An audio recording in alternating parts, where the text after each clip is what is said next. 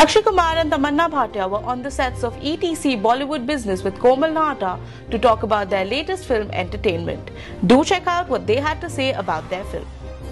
मुझे ये बताइए, कहीं दिमाग में ये बात आई जब आपने कहानी सुनी, कहीं दिमाग में ये बात आई कि कुत्ता टाइटल कुत्ते पर है, सेंट्रल कैरेक्टर है, of course you are the hero of the film, but somewhere in the back of your mind ये बात आई कि probably I have to share the credit, नहीं तो सोलो हीरो रोल्स में करता हूँ. मैं मेरे हिसाब से मैं बहुत सरप्राइज्ड हूँ कि एक इतना बड़ा genre to make a film with an animal वो खाली पड़ा हुआ है. कोई एक्टर तेरी मेहरबानियाँ के बाद आंखें जो बंदर के साथ गोविंदा जी ने पिक्चर की थी, माय फादर इन लॉ ने फिल्म की थी हाथी मेरे साथी, नागिन श्रीदेवी जी ने की थी, नगीना और नागिन भी थी, correct, multi star cast Reena Roy ji ने की थी रोल. इनमें से कोई भी फिल्म फ्लॉप नहीं है. बिल्कुल सब वो उच्च दिशा की फिल्में हैं जो जिसका कोई उतराव कभी उतरना नहीं हुआ. सही बात. मैं खुद हैरान था, एक दिन मैं सोच रहा था कि ये जॉनर पे कोई फिल्म बनाता क्यों नहीं. Correct. The love with animal and human तो पूरा खाली पड़ा हुआ था. And that is why when I heard the subject मैं बोला I would love to do this film. Which is very true. Ramesh ji, आपने कभी सोचा है जो इन्होंने बताया कि ये इस किस्म की फिल्में इतनी कम क्यों बनती हैं? वही इस पिक्चर की हाईलाइट है, यूएसपी है कि जब मुझे अक्षय सर बताता हूँ क्यों बनती भी क्यों है, क्योंकि परेशानी होती है लोगों को बनाने में. पेशेंस बहुत चाहिए. जब मैंने हे बेबी की थी एक छोटे से बच्चे के साथ, बहुत पेशेंस चाहिए. वो बेबी जो है वो 2-3 घंटे ही काम करती थी और हमको सारा दिन बैठना पड़ता था कि कब वो जागेगी और कब मूड में आएगी. बिल्कुल. वो उठती भी थी तो फिर वो थोड़ा मूड में नहीं रहती थी, हंसेगी नहीं, बैठी रहेगी. बैठे रहो सारा दिन. मैं रितेश सब लोग बैठे रहते थे और वो भी इसमें भी ऐसे ही किया था. अगर वो सो गया हो या बाजू में चला गया, he does not in mood, तो हमारा कोई सीन होता था वो कर लेते. So it is very difficult. You have to have lot of patience to shoot. इतना इग्नोर्ड 100% इसी के लिए. रमेश जी, आपको एक चीज और भी थी इसमें मैं कहूँगा कि इन्होंने जब आपने अक्षय कुमार की काफ़ी पिक्चरें देखी है जो बहुत ब्लॉकबस्टर हिट हुई हैं, बहुत चली हैं, जो एंटरटेनिंग हैं, हाउसफुल सीरीज जितनी भी ये सर जितनी भी कॉमेडी फिल्म्स करते हैं सब चलती हैं. बट ये पिक्चर की कहानी मुझे इसीलिए इतनी पसंद आई कि इसमें समथिंग नया था. Means keeping the entertainment element, comedy, funny things, music, everything is there, but in spite of that it's different कि एक डॉग के साथ इतने सालों बाद पिक्चर हम बना रहे हैं. बिल्कुल. And in his comfort zone. So that was I think that's a big USP of this film. किसको साइन करना सबसे ज्यादा मुश्किल था, अक्षय कुमार, तमन्ना भाटिया या डॉग को? डॉग को. Really, because क्योंकि अक्षय कुमार भी 10 साल से आप कोशिश कर रहे हैं.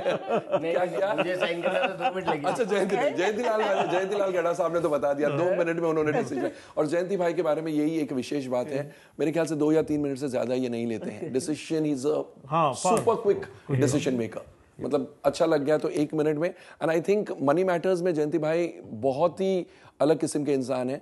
1 2 3 immediately. He doesn't haggle too much. Am I right Jayanti भाई? शर्माइए मत, जो आपकी अच्छी क्वालिटीज है वो है आपकी और आप ही के साथ रहने वाली है. क्योंकि ज्यादा काम करना है, अगर डिसीजन पेंडिंग रखेंगे तो ज्यादा काम नहीं होगा. बिल्कुल. बिकॉज ये मैंने नोट किया है, बहुत जल्दी डिसीजन लेते हैं आप. तो और अक्षय जी ने सही टाइम पे आ जाती है. अरे पेमेंट आप सोचें उसके पहले तो पेमेंट आ जाएगी. बराबर है ना? सही बात है ना. एंड रमेश जी ये प्रोग्राम मैं अपने पास रखूंगा और इनको दिखाया करूंगा, सर पेमेंट का वक्त हो गया. मेरे ख्याल से वो मैं तो इनके साथ दूसरी फिल्म बना रहा हूँ. अच्छा, सिंग इज ब्लिंग. अरे वाह, करेक्ट. बिल्कुल. और अक्षय जी ने जितने नाम बताए भी पिक्चरें सब टीवी पे सुपर हिट है. इन्होंने जितने नाम लिए बिल्कुल सब सुपर हिट है. और अभी ये जोनर है ना, एक्चुअली साउथ में बनता भी है. करेक्ट. हमारे यहाँ हिंदी में नहीं है. साउथ में बहुत सारी फिल्में हमको मिल जाती है. हम जो डबिंग राइट्स लेते हैं एनिमल्स के ऊपर साउथ से मिल जाती है, हिंदी में नहीं मिलती है. जयंती भाई, आपने टार्ज़न द वंडर का आल्सो आई थिंक वो तो मेरे ख्याल से टेलीविजन की हाईएस्ट रेटेड फिल्म है सबसे आज तक, जो सिनेमा घरों में बिल्कुल नहीं चली. लेकिन टेलीविजन इसका क्या कारण है? वो एक्चुअली मुझे लगता है कि टेलीविजन में ऐसी फिल्में वैसे भी घर में लोग देखते हैं और उसमें भी कॉमेडी है बहुत अच्छी. तो हर आदमी को कॉमेडी तो चाहिए. करेक्ट. और ये जोनर तो चलता ही चलता. और अक्षय जी उसमें है ही है। हाँ ये बिल्कुल। जयंती भाई, आपने ये तो बताया कि टेलीविजन पर ये बहुत हाई रेट करेगी। फाइनली जब एक फिल्म खरीदता है इंसान, ये सोच के खरीदता है कि सिनेमा घर में चलनी चाहिए, सिनेमा घर में चलेगी, हिट होगी, तो सिनेमा घर में रिलीज डेट बहुत मायने रखती है, आप कब रिलीज करते हैं। ये फिल्म ट्रेड इस फिल्म के रिलीज डेट को लेकर काफी परेशान है, काफी टेंस्ड है, बिकॉज एक तरफ है किक, दूसरी तरफ है सिंघम रिटर्न्स। उन दोनों के बीच में आप अपनी फिल्म रिलीज कर रहे हैं, जिसे फिल्मी पार्लांस में हम कहते हैं कि it's being sandwiched between two films. ये डिसीजन आप लोगों ने कैसे लिया? आप लोगों को भय है इस बात का? नहीं, बिल्कुल नहीं है। मुझे लगता है कि हम लोग ने डिसीजन 15 का भी ले सकते थे, क्यों 8 का लिया पता नहीं, या तो हम सिंघम के साथ ही लगाते। जब सिंघम शुरू भी नहीं हुई थी तभी ये डिसीजन ले चुके कि 8 अगस्त को लगाएंगे। करेक्ट। तो सिंघम तो शूटिंग स्टार्ट ही बाद में हुई। सही बात है। और दूसरा मुझे लगता है कि फिल्म चलती है, डेट नहीं चलती।